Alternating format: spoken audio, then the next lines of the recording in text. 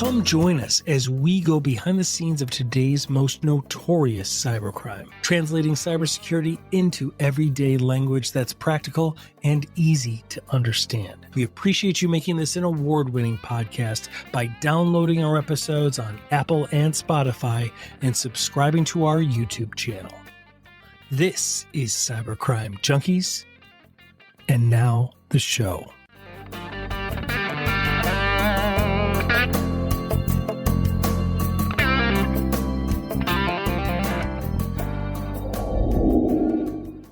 Wonder what happens after a data breach? Well, when you read about data breaches in the news, your data almost immediately gets listed for sale on the dark web. The dark web operates just like the internet and is accessible through some special tools, but it has no filters, it has no indexing, and it's completely anonymous. But on there, it operates just like a business. It looks very much like the regular internet that most of us are used to. It has marketplaces, kind of like Amazon, except for illegal things like guns, drugs, malware like ransomware, and yes, stolen data. So how much does your data sell for? The answer is it sells for a lot. For example, between $25 and $500 per record, depending on the type, for online banking logins. So I could literally go and buy and log into your bank just as you and have full access to your life savings. It's about $50 to $100. That's it. For full identity profiles, they're called fulls. They sell between $100 or more. For medical records, which can be used for a lot of things, they sell between $250 to $500 or more. So when you hear about these data breaches in the news and there's hundreds of thousands or millions of records stolen, multiply that times the $50 to $500 per record set. And you have tens of millions of dollars for sale almost immediately right after a data breach. So now you know. But here's a twist. What if I told you that some of the biggest data breaches in history, worth hundreds of millions of dollars if that data gets sold on the dark web, never got sold at all? It was never placed for sale on the dark web. Why? Why would they go through all of that and then not capitalize on it?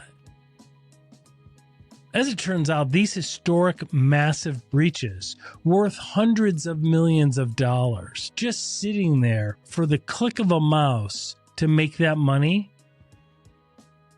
those sales of that stolen data never happened. Who would give up that massive payday, that yacht, that private island, never having to work again another day in their life? Who would choose not to do that when it's literally the click of a mouse? Why would they not do it? That's the subject of today's episode. This is the story of why not all cyber attacks are equal.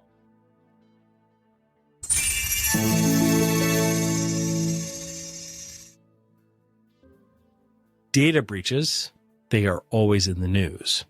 But what do we really understand about them? Well, we hear about phishing emails and we hear about social engineering, but what do? We roll our eyes. I mean, WE think we can spot them, but the data shows that we do not. Exactly, David. In fact, new reports show that over 83% of all breaches are caused by either social engineering or phishing. And that is insane. It gets worse. Did you know that an IBM report shows that threat actors have been inside your network on average for more than 6 months? Really? Yes, and during that time, they are completely undetected. Undetected? Completely undetected. So what about the IT companies they hire? What about the tech systems and servers and cloud infrastructure they buy?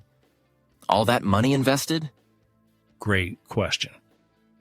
Well, while IT support and network operations are needed, it still gives organizations zero visibility into a hacker hiding in plain sight inside their network. They remain undetected unless they engage specific security service. Most organizations have zero visibility. Zero Visibility into catching a bad guy when they are sitting there for over 6 months. That's a crazy long time. I know. So I gotta ask, why's that? Well, how do I say? The answer can be a little complicated. So let me translate it. Please. There's a difference between IT support and security services. IT support is needed to keep things humming along so an organization can be productive. But security operations do something totally different. They threat hunt. They search for network movement and evaluate the same technology, but in a different way. They use different software and systems to search for bad guys. Okay, that makes sense. An analogy someone told me once may help explain it. In a kitchen, if the dishwasher has a leak behind the counter, a slow leak, and over 6 months it does a ton of terrible damage, like causing mold and wood and drywall damage, what happens to the homeowner? They have to tear out the walls and cabinets. It's major, right? Right. That's because while people were cleaning the counters, putting up the dishes, cleaning the floors, and keeping things operational so we could enjoy the kitchen, nobody had special tools, search behind the appliances, looking for errors or damages that were otherwise undetectable for 6 months. So that's why we say not all breaches are created equal. When someone detects things right away, they can plug the leak in minutes, not months, and there is no, or at least very little, damage. Makes sense. So, circling back around to actual breaches, what happens after one occurs? The bad guys steal the data and sell it for massive profits on the dark web, right? Exactly. Have you ever wondered why some of the most significant data breaches in history didn't lead to your personal information being sold on the dark web?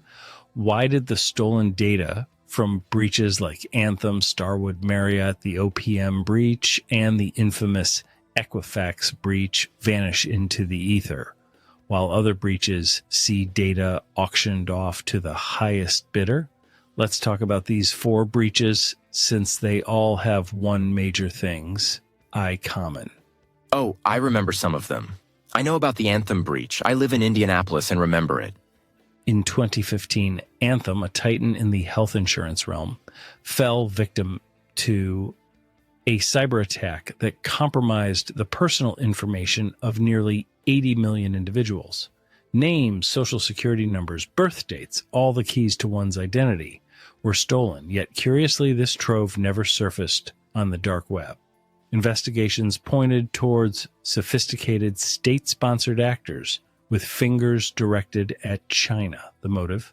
Not financial gain, but the quiet accumulation of data for intelligence purposes, weaving together profiles for future endeavors. The Anthem data breach occurred when hackers gained access to Anthem's systems through a very simple attack, a phishing email. Think you can spot one and it's obvious? Think again. Hackers here were sending targeted emails to employees, which allowed them to infiltrate the network and steal sensitive personal information from millions of customers, including names, dates of birth, addresses, and social security numbers. This breach is considered one of the largest healthcare data breaches in history. Hackers used spear phishing emails to target Anthem employees, tricking them into clicking malicious links or downloading malware, which gave them access to the company's network. The breach affected approximately 80 million current and former Anthem customers, exposing sensitive personal information like names, social security numbers, and medical records. Yep, I remember. It was really bad, and I had to change my passwords on all my accounts. That's when I started using multi-factor authentication on everything and credit monitoring. And you all started freezing your credit too? Well, come on, man. Actually, it was this last year I froze my credit after you told me about it. Plus, I froze my kids' credit too. Excellent. Okay, tell me about the Marriott breach. What happened there? Well, there was several. The hospitality giant Marriott International discovered in 2018 that its subsidiary, Starwood, had been under siege since 2014. The breach affected approximately 500 million guests, exposing information ranging from contact details to passport numbers. Despite the scale, this data, too, remained absent from illicit markets. Analysts said the hackers were aiming to amass data on global travelers. The Starwood Marriott data breach was caused by multiple cyber attacks that exploited a variety of vulnerabilities, including outdated software, inadequate access controls, and a lack of multi-factor authentication. In 2014, a malicious actor compromised a Starwood web server and installed malware on hundreds of systems across dozens of properties. The attacker gained access to administrative credentials and remained active for over 4 years. Wait, what? Over 4 years? Over 4 freaking years. Holy crap. After the 2014 breach, there was another one in 2015. In that year, Starwood disclosed a 14-month data breach that occurred after announcing its acquisition by Marriott. Then again in 2022, a hacking group used social engineering, phishing, and phone calls to steal passwords and access Marriott's internal systems. The hackers stole 20 gigabytes of customer data, including personal information and credit card numbers. Holy cow, that is a lot of issues for one company. Yep. The attackers used a remote access Trojan rat and an open source tool called Mimikatz. The rat allowed the attacker to remotely access a computer, while Mimikatz searched a system's memory for user credentials. Why did it happen? Experts say that Marriott's failure to implement reasonable data security led to 3 large data breaches that impacted more than 344 million customers worldwide. The company agreed to a settlement with the FTC and was required to implement a robust information security program. So what happened in the OPM breach? And what does OPM stand for again? The Office of Personnel Management OPM breach in 2015 was a direct assault on the U.S. government's Human Resources Department. Sensitive information of over 21 million current and former federal employees, including detailed security clearance forms, was exfiltrated. This breach was a jackpot for foreign intelligence, providing insights into the personal lives of those with access to national secrets. Third-party contractors working with OPM contributed to the weak security controls. The breach involved multiple hackers, including one who used a contractor's credentials to install malware and create a backdoor to the network. The hackers stole sensitive information such as names, birth dates, addresses, and social security numbers. The OPM data breach occurred primarily due to poor cybersecurity practices within the Office of Personnel Management, including inadequate network security, lack of multi-factor authentication, and failure to properly address security vulnerabilities, which allowed hackers to gain access to sensitive employee data, like social security numbers, through compromised credentials, likely obtained through social engineering tactics, and then install malware to exfiltrate large amounts of information from the system. That's a lot of data, and healthcare records to boot. That fetches a high dollar amount on the dark web. Yep. Okay, we will get to that in just a second, because it's quite shocking, actually. So let's jump into and explore the Equifax breach. I can explain this one, if that's okay. Please do. So everyone here in the U.S. has a FICO score. And Equifax is one of the 3 major credit bureaus that keep track of all your spending. All of it. To give you that FICO score. So they held everything. All credit card charges, all utility bills, mortgages, car payments, everything. Yep. Exactly. In 2017, Equifax, one of the major credit reporting agencies, suffered a breach that exposed the personal information of 147 million people. Given the nature of the data, social security numbers, birth dates, addresses, one would expect it to flood dark web marketplaces. Yet it remained conspicuously absent. The U.S. Department of Justice later indicted 4 members of China's military for the hack, suggesting the intent was to gather economic intelligence rather than immediate financial exploitation. The Equifax data breach occurred primarily because the company failed to install a critical security patch on its Apache Struts software, which allowed hackers to gain access to their systems and steal sensitive consumer data like names, social security numbers, and credit card details. This vulnerability was known to Equifax, but they did not apply the necessary patch in a timely manner, leaving a significant security gap that attackers exploited. Great explanation. Yep, exactly. The primary cause was a known vulnerability in the Apache Struts software that Equifax used, which they were notified about and should have patched, but did not. And a key fact here is the delay in detection. Remember how we mentioned hackers are inside networks for over 6 months on average, completely undetected? Yep. Did that happen here? Yep.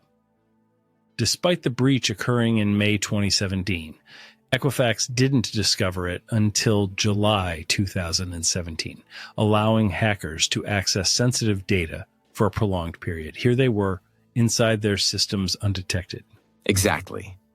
The breach affected millions of consumers, exposing personal information like names, addresses, dates of birth, and social security numbers.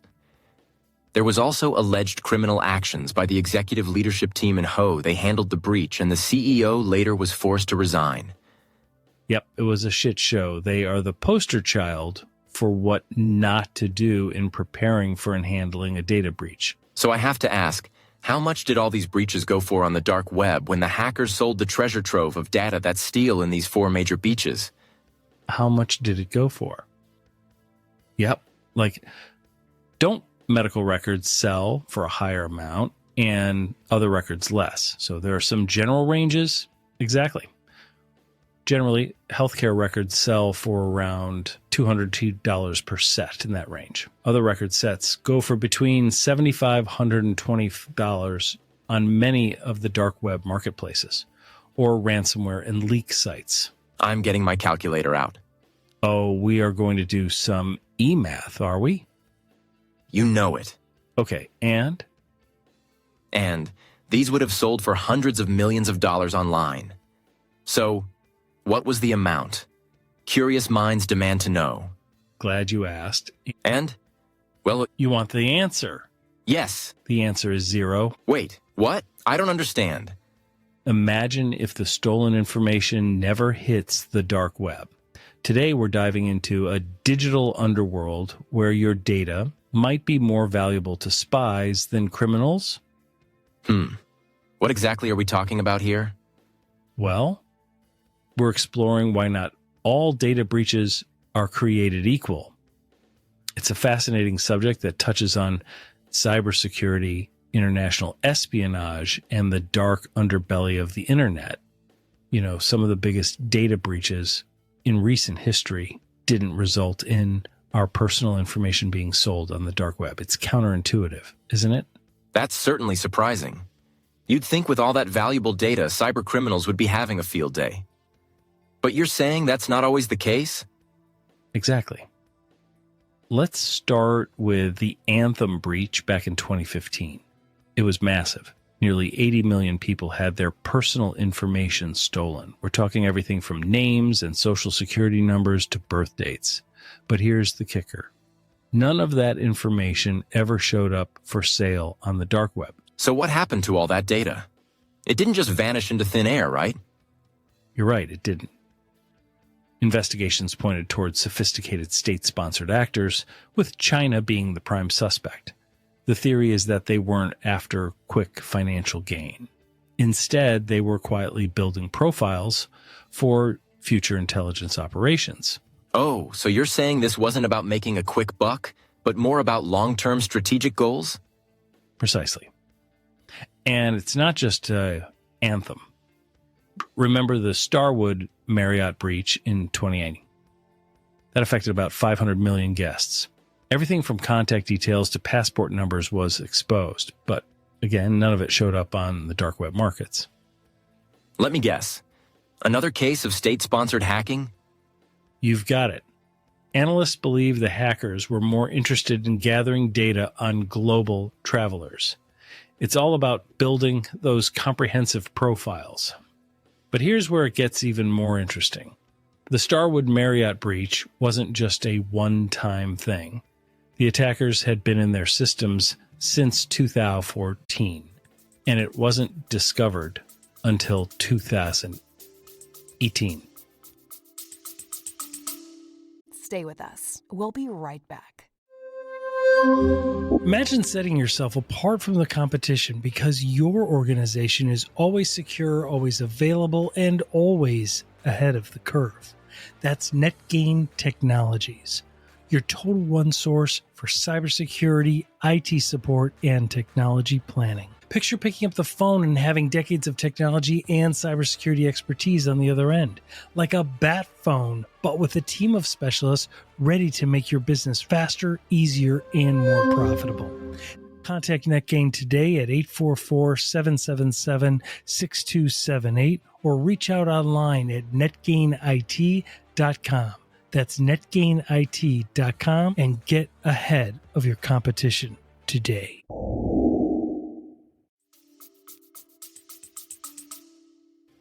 4 years of undetected access?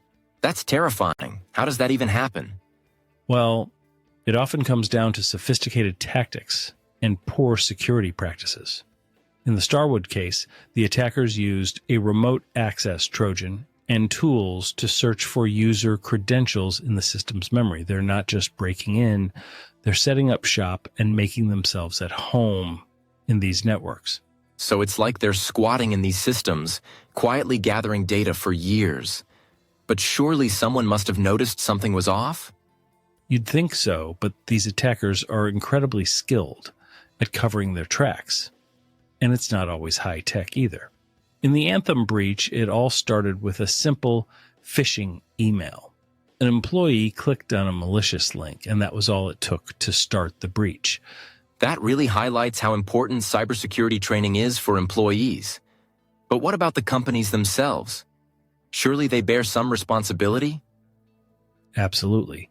Take Equifax, for example. Their 2017 breach exposed the personal information of 147 million people, and it all came down to a failure to install a critical security patch. They knew about the vulnerability in their Apache Struts software, but didn't apply the patch in time. That's incredibly frustrating. It's one thing when it's a sophisticated state-sponsored attack, but to leave the door wide open like that? It's almost negligent. It's a stark reminder of how important basic security practices are. But here's where it gets even more interesting. Even though this was clearly a case of negligence, the stolen Equifax data didn't end up for sale either. The U.S. Department of Justice later indicted 4 members of China's military for the hack. So we're seeing a pattern here. These massive breaches, often due to simple mistakes or oversights, are being exploited not by common criminals, but by state actors. It's like there's this whole shadow war going on that most of us never see. That's a great way to put it. And it's not just China. These state-sponsored attacks are coming from various countries, all vying for information and strategic advantage. But let's talk about another significant breach, the Office of Personnel Management, OPM. Hack in 2015. I remember hearing about that one. Wasn't that a direct hit on the U.S. government? Exactly. It was a direct assault on the U.S. government's Human Resources Department. Over 21 million current and former federal employees had their information stolen, including detailed security clearance forms. This wasn't just a data breach. It was a national security nightmare. And let me guess, the data never showed up for sale? You've got it. Because for foreign intelligence agencies, that kind of information is priceless. It gives them insights into the personal lives of people with access to national secrets. It's like they're building a playbook for future espionage operations. This is all sounding very cloak and dagger. But not all breaches are like this, right? I mean, we do see stolen data for sale sometimes. Absolutely. Take the AT&T breach in 2024. Personal information of over 70 million customers was leaked and promptly appeared on the dark web, available to the highest bidder. In that case, it was all about the money. It's a stark contrast to these state-sponsored attacks. So how much does this kind of data actually sell for on the dark web? Well, according to some reports, stolen data can sell for anywhere between $75 to $250 per person's data set. Now, if you do the math on these massive breaches, we've been discussing Anthem, Marriott, OPM, and Equifax. You're looking at potential dark web sales in the billions of dollars. That's if it was being sold, which it wasn't. Those are staggering numbers. It really puts into perspective why companies and governments are such tempting targets. But let's circle back to detection for a moment. How are these breaches eventually discovered? That's a great question. In many cases, it's not until long after the initial breach. For example, in the Equifax case, the breach occurred in May 2017, but it wasn't discovered until July of that year. That's 2 months of undetected access. And remember, with Marriott, it was 4 years. So what can companies do to improve their detection capabilities? There are several strategies. Implementing robust network monitoring systems, regularly conducting security audits, and using artificial intelligence and machine learning to detect anomalous behavior are all crucial. But perhaps most importantly, companies need to foster a culture of security awareness among their employees. Speaking of employees, you mentioned earlier that the Anthem breach started with a phishing email. How common is that as an entry point for these attacks? It's incredibly common. In fact, phishing remains one of the most effective ways for hackers to gain initial access to a system. In the Anthem case, hackers sent targeted emails to employees, tricking them into clicking malicious links or downloading malware. This gave them a foothold in the network from which they could expand their access. Well, that's certainly eye-opening. But what about the aftermath? Are there consequences for these companies when they fail to protect our data? Oh, absolutely. Take Anthem, for example. They ended up settling with the Department of Health and Human Services for $16 million, the largest HIPAA settlement in history at that time. They also faced about 100 private class action lawsuits. Equifax, too, faced massive fallout. They agreed to pay up to $700 million to settle federal and state investigations. Those are some hefty fines. But what about the state-sponsored hackers? Are they ever brought to justice? It's rare, but it does happen. In the Equifax case, the U.S. Department of Justice indicted 4 members of China's military. For the OPM breach, a Chinese national named Yu Ping'an was arrested for providing the malware used in the attack. He ended up pleading guilty and was deported back to China. It sounds like a game of international cat and mouse. But let's bring this back to the individual level. What can we, as regular people, do to protect ourselves? That's the million-dollar question. While we can't control how companies handle our data, we can take steps to minimize our risk, using strong, unique passwords for each account, enabling two-factor authentication, and being cautious about the information we share online are all good starts. But perhaps most importantly, we need to stay informed and vigilant. And I suppose being aware of these different types of breaches helps us understand the potential risks better. Absolutely. Knowledge is power. Understanding that not all breaches are equal, that sometimes our data might be in the hands of state actors rather than cyber criminals, can help us make more informed decisions about our digital lives. It also underscores the importance of pressuring companies and governments to take cybersecurity seriously. It's a lot to take in, but it's fascinating stuff. And it really changes how you look at those data breach notifications, doesn't it? It sure does. Next time you hear about a major breach where the data doesn't show up for sale, you might wonder, is this just another theft, or is it part of something bigger? A silent war fought with bits and bytes instead of bullets. And to think, most of us are blissfully unaware of this digital battlefield. It's both fascinating and unsettling. That's the world we live in now. Our personal information has become a commodity, not just for criminals, but for nations. It's a brave new digital world, and we're all just trying to navigate it as best we can. The key is to stay informed, stay vigilant, and remember that in the digital age, your data is more valuable than you might think. Not just to you, but to forces you might never see or hear about. Well, on that note, I think we've given our listeners plenty to think about. Any final thoughts before we wrap up?